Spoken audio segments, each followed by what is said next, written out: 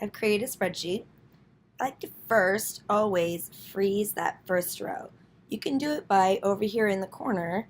Notice that when I go over the awesome box, which is to the left of the A column indicator, and above the row 1 indicator, it turns into a hand and I can grab the freeze bar and pull it down.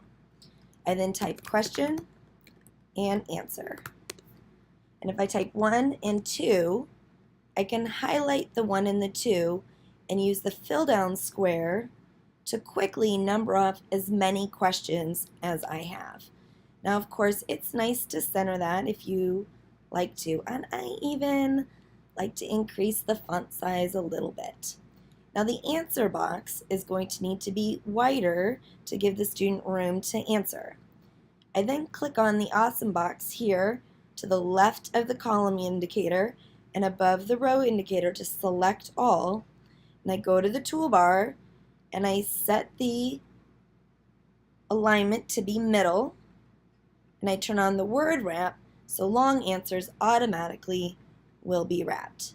And then I can share that with students.